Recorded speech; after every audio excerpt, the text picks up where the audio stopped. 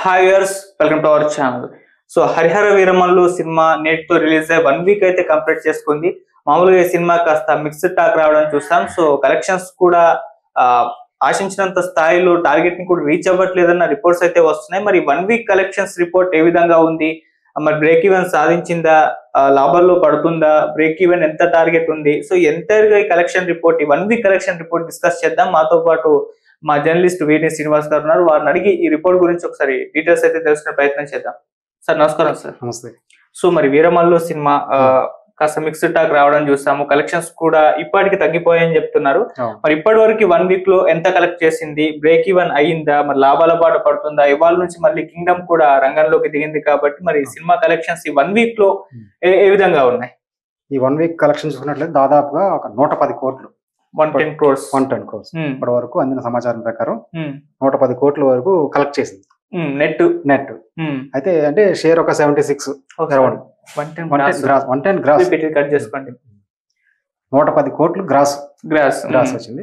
76 ఒక share okay వచ్చింది. అసలు యాక్చువల్ గా దాదాపు ఒక 127 అలా అమౌంట్ రావాలనే టార్గెట్ తోటి 127 పైన ప్లస్ రావాల్సిన టార్గెట్ తో ఈ థియేటర్ లోకి వచ్చింది సినిమా. ఓకే, 127 నెట్ టార్గెట్ తో బరిలోకి దిగితే ఇప్పటి వరకు అయితే 76 కోట్లు కలెక్ట్ చేసింది. సో ఇంకొక 50 crores వరకు అయితే మైనస్ లో ఉంది.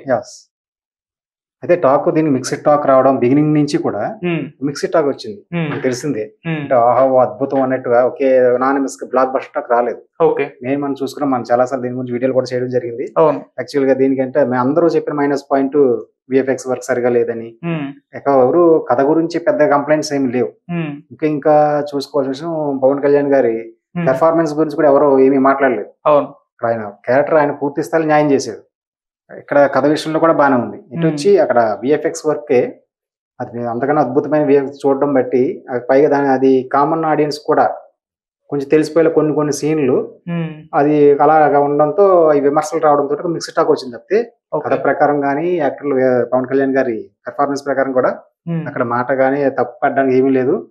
ఆ విఎఫ్ఎక్స్ వర్క్ వల్ల నెగిటివ్ మిక్స్డ్ టాక్ రావడం వల్ల కొంచెం ఆ ప్రభావం కలెక్షన్ కనిపించింది. ఓకే, అది దానివల్ల ఇది లేకపోతే ఆయన ఉన్న క్రేజ్ కి అది ఎప్పుడో ఫస్ట్ డే లోనే ఆ అమౌంట్ కలెక్ట్ చేయవలసిన పరిస్థితి, అంత క్రేజ్. ఆ టాక్ కొంచెం నెగిటివ్ గా రావడం వల్లే ఇప్పుడు బాగా తగ్గిందని చెప్పచ్చు. ఓకే, సో మరి ఇప్పుడు 50 crores అయితే మైనస్ లో ఉంది. సో ఇప్పుడైతే 50 crores అయితే మైనస్ లో ఉంది. మరి ఇది ఇప్పుడు కష్టంగానే కనిపిస్తుంది. సో దాదాపు ఈ సినిమా నష్టాల్లోనే మిగిలే అవకాశం ఉందా అనుకోవచ్చా? ప్రస్తుత పరిస్థితిని బట్టి అలాగే అనుకోవాలి. అంటే ఇప్పుడు మనం డే బై డే అన్నది కలెక్షన్ లో బిగినింగ్ ఫస్ట్ డే ప్రీమియర్ లోను ఫస్ట్ డే లో వచ్చినంత కలెక్షన్ ఆ టాక్ కి రాదు. ఓకే, ప్రీమియర్ లో కానీ ఫస్ట్ డే కానీ బ్లాక్ బస్టర్ టాక్ వస్తే అది డే బై డే ఇంక్రీజ్ అవుతాయి కలెక్షన్స్. అది వీకెండే కాకుండా మామూలు డేస్ లో కూడా మండే నాడు కూడా అది స్ట్రాంగ్ గా ఉంటాయి. ఓకే, బట్ దీనికి వచ్చిన టాక్ కి అంత సస్టైన్ అవడం, స్టడీగా ఉండడం అనేది సాధ్యం కాదనమాట.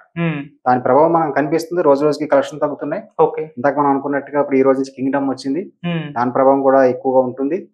అన్ని రకాలుగా చూసుకున్నా డే బై డే నుంచి అలాగే తగ్గుతూ ఉండడం వల్ల ఖచ్చితంగా దీనికి లాసెస్ బ్రేక్ అయిన అనేది చాలా వరకు కష్టం అని చెప్పచ్చు. ఇప్పటి వరకు మనకి 55-60 అరౌండ్ వరకు బ్రేక్ ఈవెన్ అయ్యింది. ఇంకా దగ్గర 40+ వరకు దీన్ని రికవరీ చేయాలి.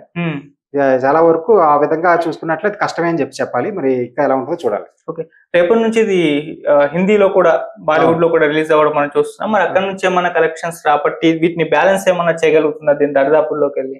అంటే బాలీవుడ్ లో వాళ్ళు మనకన్నా మనం ఎంత క్వాలిటీ ఉంటారో మనం చూసింది. అంటే ఆ స్థాయిలో బాహుబలి తోటి RRR తోటి వాళ్ళకి రీచ్ గా వాళ్ళకి తగ్గట్టుగాను అంతకన్నా మించి బెటర్ క్వాలిటీ మనం ఇచ్చాం. సో వాళ్ళు ఫస్ట్ నుంచి కూడా క్వాలిటీ మూవీస్ క్వాలిటీస్ చూడడం అలవాటు పడిన జనాలు వాళ్ళు. ఇక్కడ ఇందులో ఉన్న క్వాలిటీ పై ఇక్కడికి వచ్చిన టాక్ కూడా ఈ రోజుల్లో చాలా ప్రపంచమే కుగ్రామం అయిపోయి ఇక్కడ జరిగిన విషయం వెంటనే క్షణాల్లో తెలిసిపోతుంది, ప్రపంచానికి తెలిసిపోతుంది. సో దీనికి వచ్చిన రిపోర్ట్ ఆల్రెడీ అందరికీ అక్కడ తెలిసే ఉంటుంది, ఖచ్చితంగా తెలుస్తుంది. ఆ ప్రభావం కూడా ఉంటుంది. పైగా అంటే కాకపోతే ప్లస్ పాయింట్ అంటే ఇది సనాతన ధర్మం, హిందూ ధర్మం దాని గురించి ఉంది కాబట్టి ఆ ఈ మధ్య నార్త్ జనాలు అటువంటి కథాంశంతో వచ్చిన సినిమాలు ఆదరిస్తున్నారు కాబట్టి అదే అక్కడైనా ప్లస్ అవుద్దేమో అనే ఒక చిన్న పాయింట్ తప్పితే ఈ క్వాలిటీ ప్రకారంగాను ఈ సినిమాకి వచ్చిన టాక్ ప్రకారంగా చూసినట్లయితే అక్కడ పెద్దగా ప్రభావం చూపించకపోవచ్చేమో. ఒకవేళ చూపిస్తే కనుక దీనికి మంచి కలెక్షన్ పెరిగే అవకాశం ఉంటది అనుకోవచ్చు. ఓకే, అండ్ వీరమల్లి ఇది పార్ట్ 1 అయితే నష్టపోయినా కూడా ఇప్పుడు పార్ట్ 2 ఉంటుందన్నట్టే మనకు ఏర్పడిపోతుంది పవన్ కళ్యాణ్ గారి మాటల్లో కానీ లేకుంటే రత్నం గారి మాటల్లో. సో పార్ట్ 2 ద్వారా ఏదైతే ఇక్కడ నష్టం ఏర్పడిందో దాన్ని పార్ట్ 2 ద్వారా ఫుల్ చేసే అవకాశం ఉందా? సో అప్పటికి విఎఫ్ఎక్స్ బెటర్మెంట్ చేసుకుంటామని చెప్పారు. వీరమల్లు విషయంలో పార్ట్ 1 లో ఎటువంటి జరిగిందో రిపీట్ కాకుండా పార్ట్ 2 లో చూసుకుంటామని చెప్పారు. అంటే ప్రధానంగా కథ విషయంలో మైనస్ కాదు కాబట్టి సో మేజర్ గా విఎఫ్ఎక్స్ మైనస్. సో పార్ట్ 2 లో విఎఫ్ఎక్స్ బెటర్ తోటి మంచి కథతో వచ్చేస్తే సో ఈ నష్టాలన్నీ కూడా అక్కడ బ్యాలెన్స్ చేసే అవకాశం ఉందంటారా? అంటే పార్ట్ 2 అన్నది ఇప్పుడు దీనికి రిజల్ట్ దీనికి వచ్చిన దాన్ని బట్టి ఆధారపడి ఉంటుంది. జనరల్ గా పార్ట్ 2 చేయాలంటే 25% అయ్యింది, ఇంకా 75% షూట్ చేయాలి. దానికి బెటర్ క్వాలిటీతో చేయాలి. అన్నింటికంటే ముందు ఈయన డేట్స్ ఇవ్వాలి.